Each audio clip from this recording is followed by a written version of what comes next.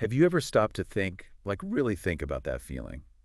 You know, the one where a little voice pops up and says, nope, you can't do that, or you're just not good enough. Oh, I know that voice all too well. Yeah, it's sneaky, isn't it? Yeah.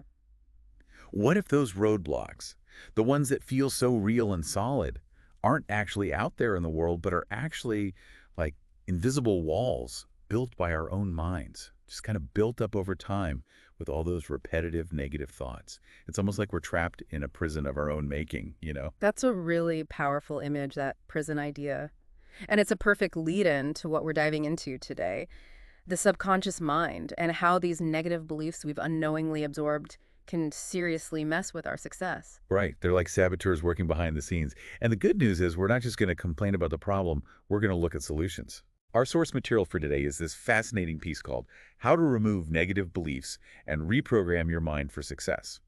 It's super promising because it talks about actually erasing those limiting beliefs and rewiring our minds for, well, for a much better outcome. Rewiring, I like that. Yeah. It even suggests there are techniques that high achievers use, like people who are really killing it in their fields, to shift their beliefs and basically fast track their success. That's exciting. So for everyone listening, our mission today is to break down how these hidden beliefs work, how they get so deeply rooted without us even realizing it. Right. Got to understand the enemy. Exactly. And then the really important part is figuring out what we can actually do about them. Because information overload is the worst. We're aiming for actionable insights here. I'm all about that. Okay. Actionable.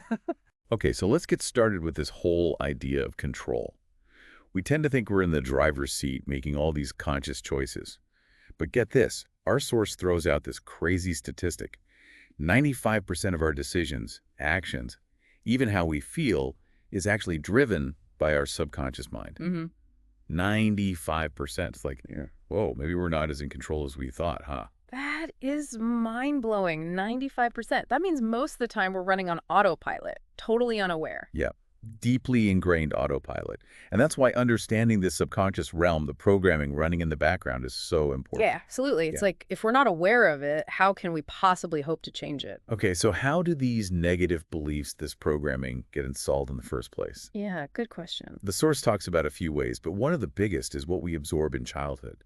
Like, think about it. When we're kids, we're like little sponges, soaking up everything around us, no filter. So if you constantly hear things like, money doesn't grow on trees, or you're not the sharpest tool in the shed, right, well, those messages can turn into these deep-seated beliefs that affect how we handle money or how confident we feel, even as adults. It's like building the foundation of a house without even knowing what materials you're using. Makes sense. We're so impressionable as kids, and we don't have the critical thinking skills to question what we're told, especially from authority figures, parents, teachers. Totally. And even if those messages weren't meant to be harmful, they can still stick with us and become these beliefs that are super hard to shake. It's almost like they become part of our identity. Another big way these beliefs form is after we experience rejection. Like, think about that sting of being turned down for something, whether it's a romantic thing or something else. Oh, I feel that. Rejection is never fun. No, it's not.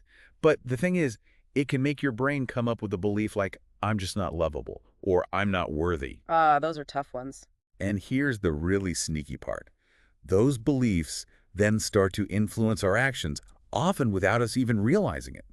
So someone who believes they're not lovable might actually create distance in their relationships without meaning to, which just ends up confirming their original beliefs. It's a self-fulfilling prophecy, basically. Exactly. It's a vicious cycle. And the source emphasizes how much of this is happening under the surface, in that subconscious part of our mind. We might just feel a certain way or react in a certain way, but we don't always connect it back to the belief that's driving it. We're just reacting on autopilot. So let's talk a little bit about the science behind all of this, because it's fascinating. The source mentions neuroplasticity. Have you heard of that? Oh, yeah. Neuroplasticity is amazing. It is. Basically, it means our brains can rewire themselves throughout our lives. They're not fixed. They can change and adapt based on what we experience and, importantly, what we think and believe. The source used the analogy of a muscle getting stronger with exercise, which I think is a great way to picture it. It is a good analogy. It shows that the more we engage in a certain thought pattern or belief, the stronger those connections become in our brain. Right. So if we keep repeating a negative belief, It basically becomes embedded in our neural network. It's like wearing a path in the woods. The more you walk it, the more defined it becomes. Exactly. And here's where it gets really interesting, maybe a little scary too. Our brain doesn't actually know the difference between a true belief and a false one. It just reinforces whatever we feed it consistently. Wow, that's huge. So if we keep telling ourselves, I'm a failure, our brain will try to find evidence to support that, even if it's not true. It's trying to be helpful, but in a really unhelpful way. Exactly. So even if a negative belief is totally baseless, it can still have this huge impact on our lives because our brain has been trained to believe it. So how do we break free from that? How do we convince our brains to believe something different? That's the million-dollar question. But before we get to the solutions, let's talk about how these negative beliefs actually play out in our lives. Because they're not just these abstract ideas, they have real consequences. Absolutely. The source describes them as invisible barriers, which I think is so accurate. It's like you're trying to move forward, but there's this unseen force holding you back. You feel stuck and you don't know why. Exactly. And it can show up in every area of our lives. Let's start with finances. If someone deep down believes that money is the root of all evil, or rich people are all greedy, guess what? Their subconscious mind might actually start blocking opportunities that could lead to more money. It's like their mind is sabotaging their financial success. Exactly. Yeah. And they might make decisions that seem irrational on the surface, but it's because on a deeper level, they're associating wealth with something bad. And they might not even realize it. Nope. Totally subconscious. It's wild how much our beliefs shape our reality. It is. And it's the same deal with relationships. If someone believes they're not lovable, or that all relationships are doomed to fail, guess what happens? Let me guess. They end up pushing people away. Bingo. They might create drama or pick fights without even realizing they're doing it, which just ends up confirming their belief that relationships are a no-go. Heartbreaking, but it makes sense. Right. And this plays out with our physical well-being too. Like if someone truly believes they're unattractive or that they'll never be able to lose weight, they might not even bother trying to exercise or eat healthy. Why bother if you're already convinced it won't work? Exactly. And of course, these beliefs can seriously mess with our careers and our overall sense of success. If we believe we're not smart enough or that success is all about luck, well, we're probably not going to aim very high. We'll stay in our comfort zones, even if they're not making us happy. And that's a shame. It is. Yeah. Because we all have so much potential. Okay, so all of this might sound pretty depressing, right? Like we're doomed to be controlled by these subconscious beliefs. But here's the good news, the inspiring part. Our source gives some awesome real-life examples of people who overcame these seemingly impossible beliefs, and it's really motivating. Let's hear it. Give me some hope. Okay, first up is Oprah Winfrey. Now, she went through some tough stuff early in life that could have easily led to a deep-seated belief that she wasn't good enough. I can't even imagine. Yeah, it's heavy. But the amazing thing is, she refused to let that belief take hold. She somehow rewrote that internal story, and well, you know the rest. She became one of the most influential and successful women in the world. It's a testament to the power of shifting those beliefs. Right. And then there's Arnold Schwarzenegger. He grew up in a tiny village in Austria and dreamed of being a big Hollywood star. I'm sure a lot of people told him that was a crazy idea. Yeah, the odds were definitely not in his favor. Not at all. But he refused to believe it was impossible. He actually visualized his success really vividly and worked incredibly hard. And, well, he achieved what most people would have said was totally out of reach. The power of believing in yourself. Exactly. And then there's Thomas Edison, who was actually labeled as too stupid to learn anything by his teachers. Can you believe that? Wow. Talk about a limiting belief being imposed on you. Right. But the incredible thing is, he didn't accept that label. He had this deep faith in his own ability to figure things out. And he went on to invent the light bulb and all sorts of other amazing What a things. slap in the face to those teachers, huh? Right. It just shows you that believing in yourself can trump anything anyone else says about you. I love that. Okay, who else is on the list? Okay, last but not least, there's J.K. Rowling. Now, she got rejected by 12, that's right, 12 different publishers before someone finally agreed to publish Harry Potter.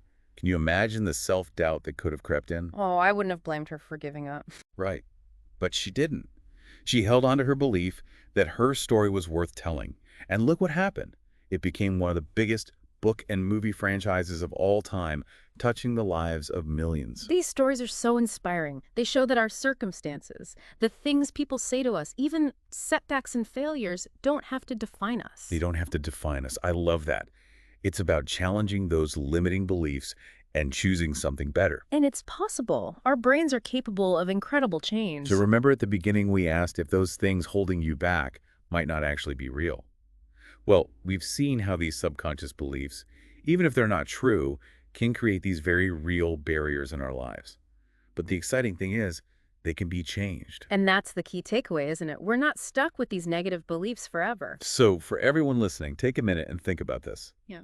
What's one big limiting belief that might be running in the background of your mind? The one that's secretly sabotaging you. Yeah, that one. And our source suggests a really simple but powerful first step. Identify that belief and consciously choose to replace it with a belief that actually empowers you and supports the things you want to achieve. Sounds simple enough, but I bet it's not always easy. It probably isn't. But even small changes in our core beliefs can make a huge difference in our lives, just like we saw with those inspiring examples. It's like planting a seed. It might be small at first, but with the right conditions, it can grow into something amazing. And building on that, our source actually encourages its viewers to share the belief they're letting go of. Like, write it down or tell someone about it. Oh, that's a great idea. I like that. It's a way to solidify your intention, to make it more real. So as you process all of this, think about this final question. If you start to actively challenge and reshape those limiting beliefs, what amazing new possibilities could open up for you? Remember that stat we talked about? 95% of our decisions and actions are influenced by our subconscious mind. That's a lot. It is. So imagine what you could achieve if you took control of that programming and consciously built a foundation of powerful, supportive beliefs. Something to think about, for It's sure. a game changer.